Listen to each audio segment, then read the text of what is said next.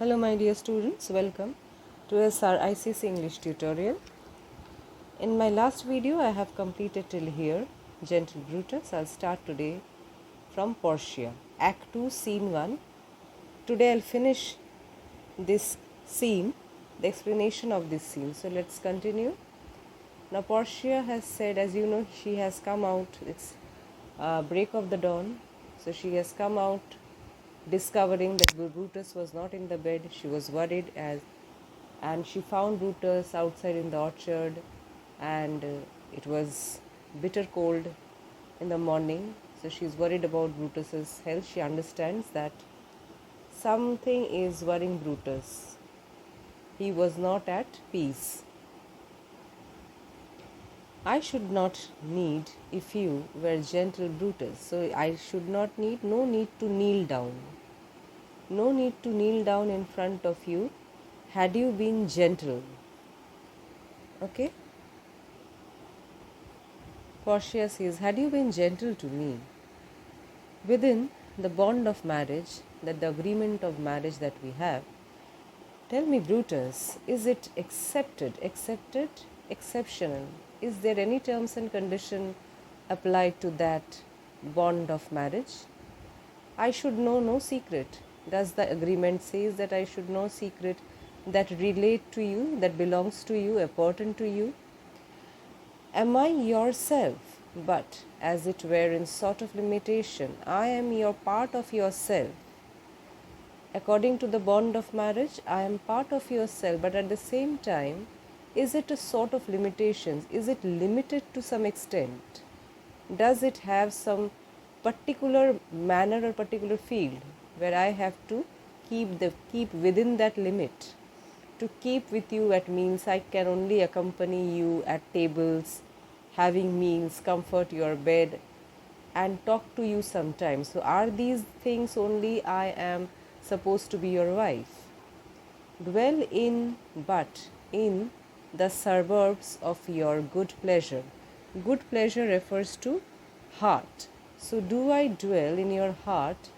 Like your heart is, I don't capture your whole heart. I don't exist in your whole heart as if suburbs. Suburbs means outskirts.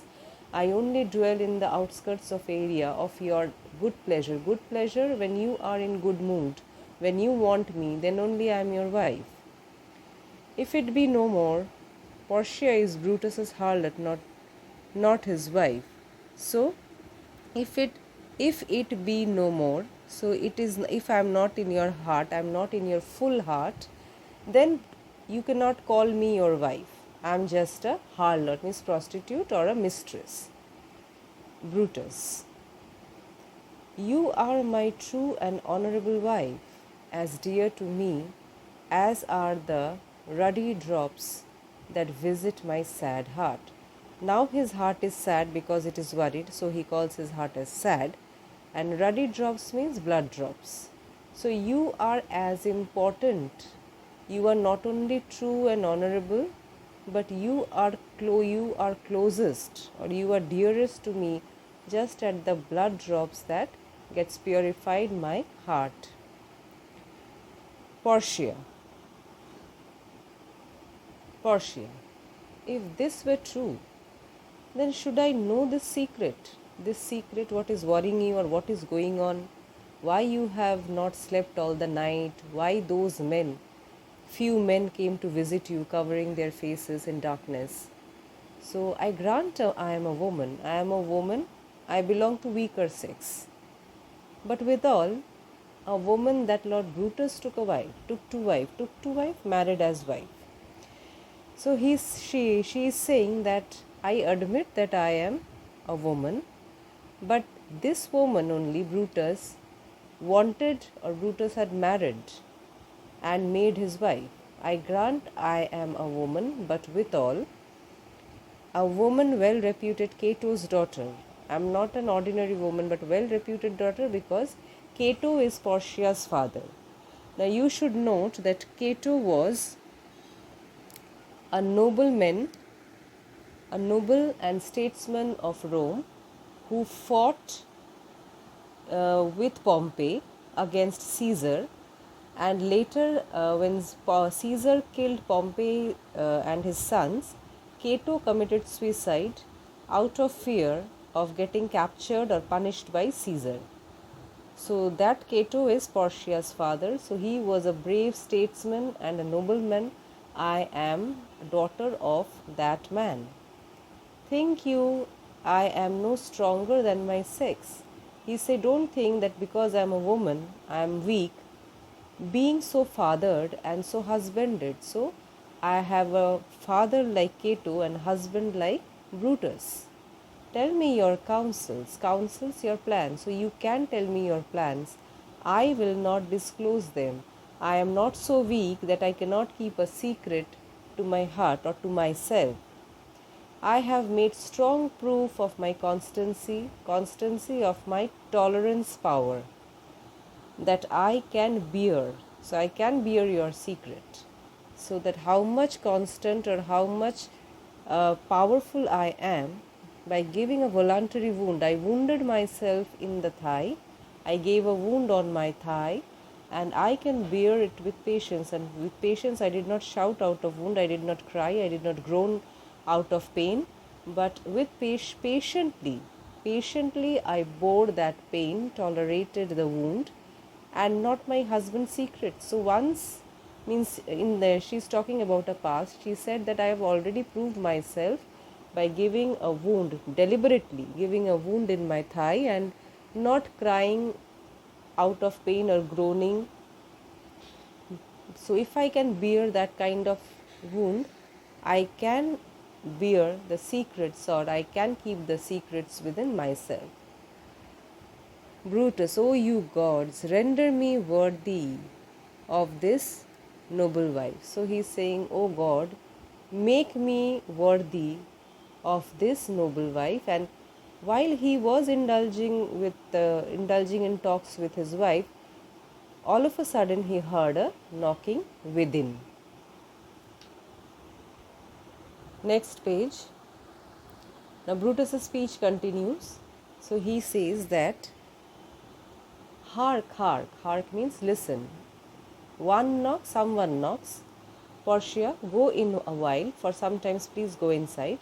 And by and by, slowly or gradually, thy bosom, your heart, shall partake, shall be knowing, shall get a share of my secrets of my heart.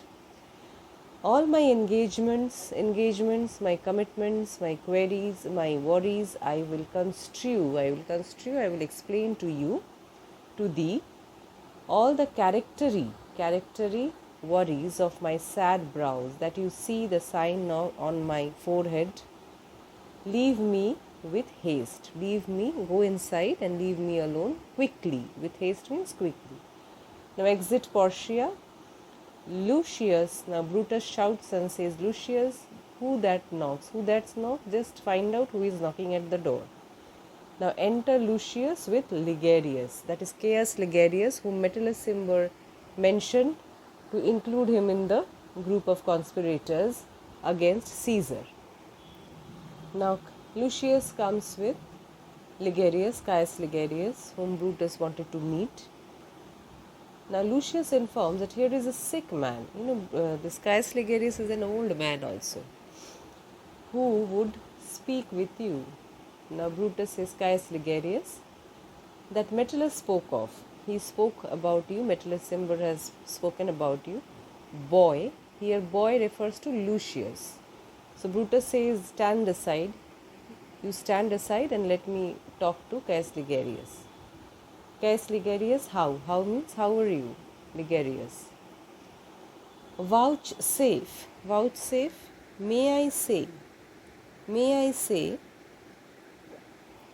good morrow from a feeble tongue, means he is weak. So he is saying, I want to say you good morning with my feeble tongue. Brutus, oh what a time have you chose out, brave Caius, to wear a kerchief. Would you were not sick? So he is saying that it is such an important time to have you with us, but you have fallen sick. and he addresses him as brave Caius. To wear a kerchief. So he is wearing a kerchief or a scarf. This is a scarf that he is wearing to cover himself because of the cold morning. I wish you were not sick. Ligarius, I am not sick if Brutus have in hand any exploit worthy the name of honor. So he says that no, I am not sick at all. If you have, a Brutus have in hand, you have anything, any exploit, any undertaking or any project worthy in the name of honor, honor deserving or honorable.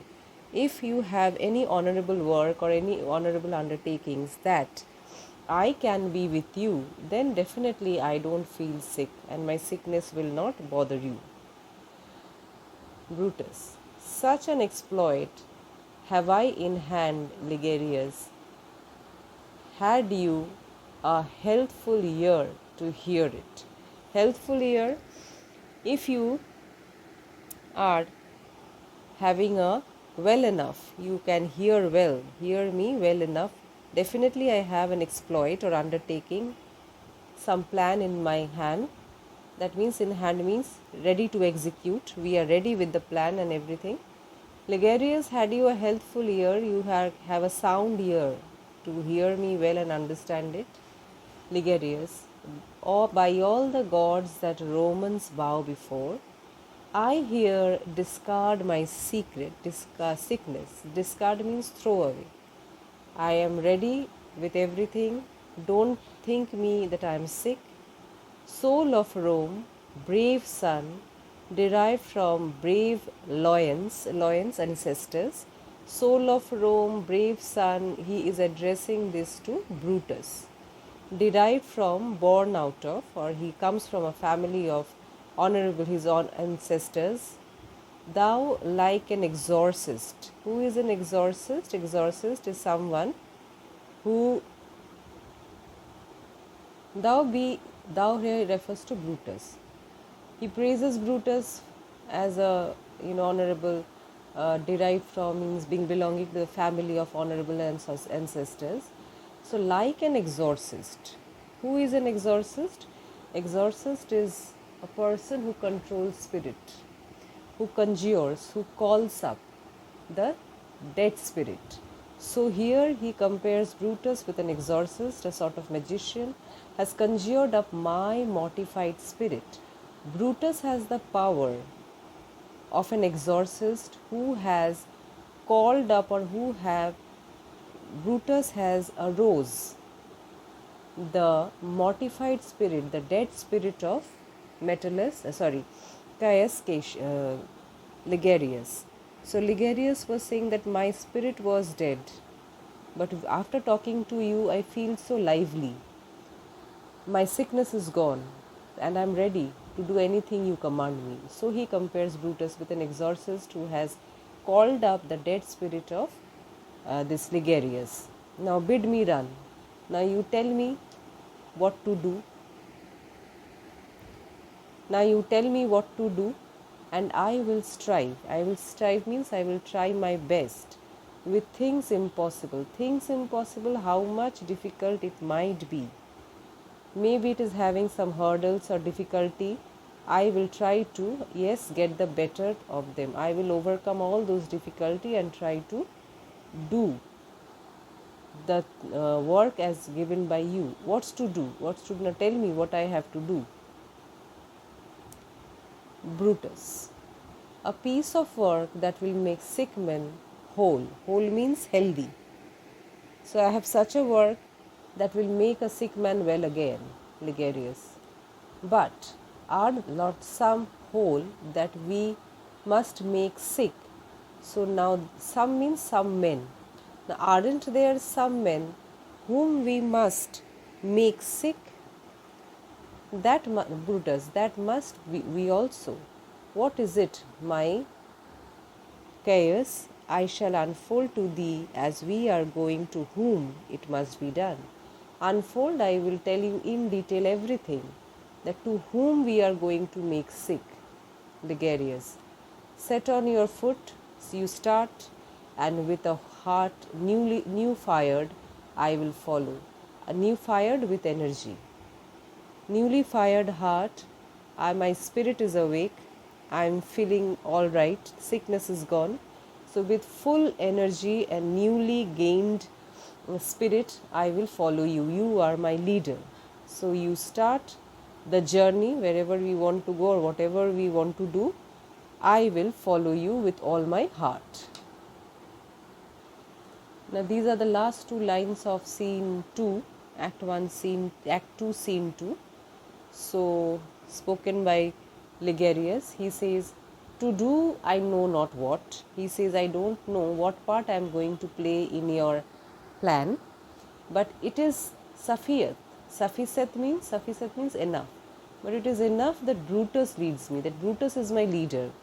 I don't know what part I am going to play in your plan, but for me it is enough to know that you are my leader. So Brutus says, follow me then. And both of them leaves the stage and there is sound of thunder. So here comes the end of explanation, Act 2, Scene 2. So if you think this explanation is useful and helpful, please share with your friend and put a like and subscribe my channel. Meet you in the next video. Thank you.